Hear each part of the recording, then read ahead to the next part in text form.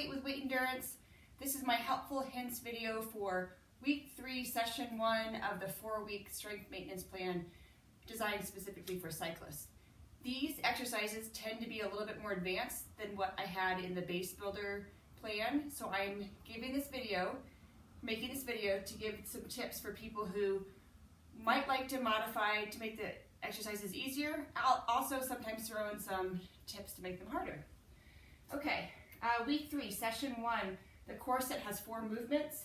The first one is a hollow rock with abduction, meaning that you're opening your legs after you do a hollow rock. The hollow rock is a challenging exercise on its own. So to reduce the challenge of this week's exercise, just take out the abduction. I will show you both movements. So hollow rock, you have your arms pinned by your ears and you squeeze your glutes and have your heels pressed together.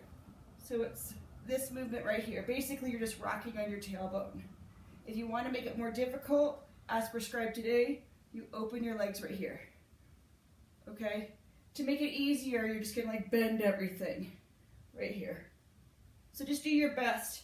At first, this exercise will be difficult. As you get stronger, you're gonna be able to do it much better. So keep at it. Number 2 is a Pallof press with some variations in a kneeling format.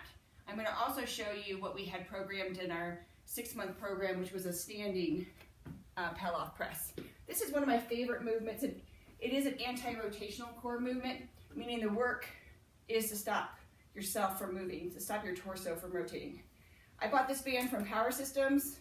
I love it. It's my favorite resistance level for the Pallof press. Now, I'm lucky that I have this cage in my garage, and it makes it really easy to attach the band. If you don't have that, you can try a doorway or a really sturdy piece of furniture that's not going to move. So I just put it here.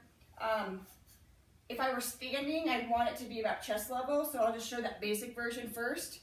I clasp the band in my chest, middle of my chest, and athletic position of my legs, and press out, finding resistance where it's a challenge to stay steady, but not so much of a challenge, okay? Just like that. You're gonna feel it here as you press out. You can also press overhead. The kneeling variations just create a little bit of imbalance. You're gonna probably want something for your knees. You can have 2 knees down here, or you can have 1 leg out.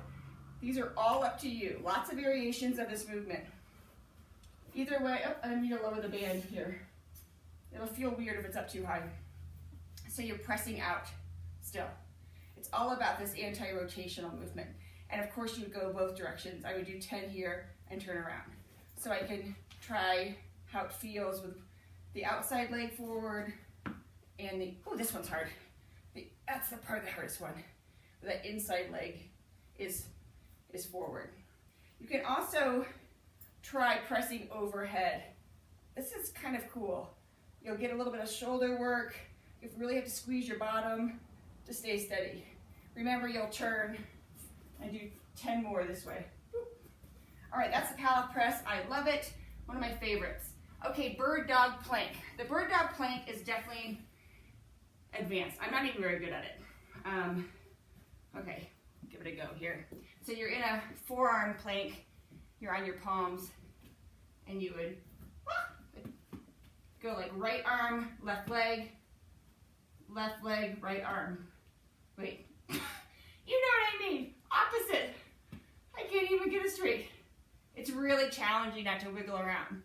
So if you're not quite ready for that, and maybe I'm not, you can break it into 2 different parts. For example, you could be in this forearm position and just reach your arms out. Try not to wiggle your hips. And then you could do a set where you lift your legs. So you get that awesome glute work, low back. And if I were gonna split it up, I would just go probably 10 with my arms, 5 on each side, 10 with my leg lifts, 5 on each side. With bird dog plank, I think I programmed just 10 total because they're pretty challenging. But if you're good at them, do more. I'm out of breath. The last core movement for this set is called a kettlebell windmill. First, I'll show you the version I programmed, and then I'll show you another version.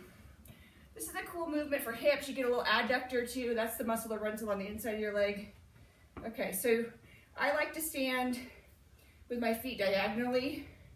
Can you see that? Away from each other. I do see some people do it with their feet forward. This is how I was taught, so I like it better. In this version, the weight would go in the front arm, the front leg. I'm gonna pop this back hip. This arm can go in anywhere you want, really, here, here. But you're popping, sliding down, pulling back up. This arm could go up. If you want pop, slide, pull, you would do 5 or 10 on one leg. You'd switch, pop, slide, and then pull from that hip. Pop, slide, pull from that hip. If you don't have shoulder problems and you want to try something a little bit more challenging, the weight would go overhead, and you would then have the weight in the back hand. So the hip where it's popping, I'll hold the weight above that side versus in the front when I have the weight low. Okay, in this position, same idea, but a pop, slide down, pull back up. It is safer if you just look at that bell the whole time. Pop, slide, pull back up. My arm will be rotating as I go down. All right, so that's the kettlebell windmill. I think it's a pretty cool movement.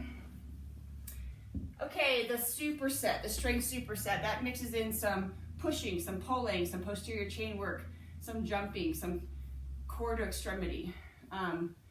If you don't have all the equipment you need, just do your best. For example, the heavy suitcase carry.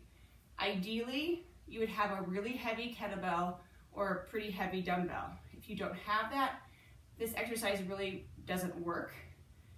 You could try to find something in your house, like a really heavy backpack filled with things, or a suitcase, an actual suitcase. But basically, you're just holding that heavy weight and walking forward and or walking backward. And the heavier the weight is, the more of a challenge it is to keep your torso upright versus leaning over. So do your best. If you don't have what you need for this, you may have to skip it, but you could also get creative with what you have in your house. That's that. Okay, the squat with a single arm rotational thrust.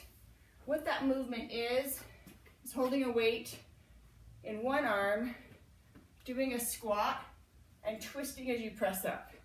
Squat, press, in a twist. I'll show you from the side. Squat, rotational twist. Now, if that's not quite where you're at, here are some ways to modify to make it easier. Just hold the bell in front of your body and just do a nice basic squat. That would be a pretty simple version of a squat, yet very effective. Or do the single arm squat without a press, or do the single arm squat with a press straight up. All versions are very good. Okay, if you want to go full shebang, it's the squat, twist, and press. Obviously, the heavier the weight is, the more challenging it is too. Start light if you're new to this movement. Out of breath.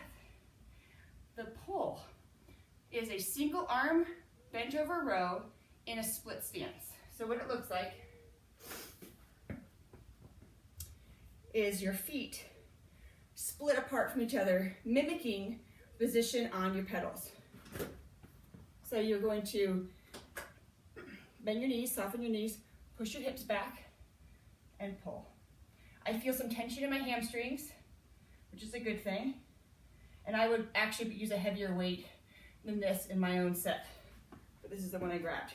You can also mess around with which leg you have forward. You're going to feel it differently. If you do not like this position, that hurts your back for some reason, you could use some sort of support. Lean on like a bench or a chair and row from here. This is also a great exercise. Heavier the weight, the more difficult it is. Ooh, this next one is really cool. It's a one leg or single leg Romanian deadlift into a hip flexion. So what it looks like is, okay, make sure it is right. Okay, so down into a single leg deadlift, and then when you come up, you pull that, whoop, it's hard, pull that front knee up. It really works your balance and all those muscles in your ankles and feet. It's, you can see how awkward it is sometimes. So if you're not quite ready for that, just do the single leg Romanian deadlift without that additional hip flexion at the end. And it would just be down and up. You could hold on to the weight with 2 hands to support the movement a little bit better. And you'll probably make silly noises like I do. Next is the push-up, classic push-up. If you don't have the strength yet to do 10 per set on the ground, you have a couple choices. You can do less reps of a plank push-up, or you could elevate your body, stay on a bench or a chair, and okay, the garage door is in the way a little bit, but you get the idea. Just keep your glutes squeezed so that your low back doesn't sag. All right, last but not least, we have a jumping lunge, which is a pretty aggressive plyometric. And if you aren't sure if your knees can support that, or your back, or you're afraid to be too sore, you can do a modification, which I'll call a reactive step up. You can use your front step, a stair inside. Don't just use a freestanding chair, that's not very safe. But it just looks like this. And you still get like a really good plyometric movement without the challenge of that jumping lunge. Let me know if you have any questions. Have fun.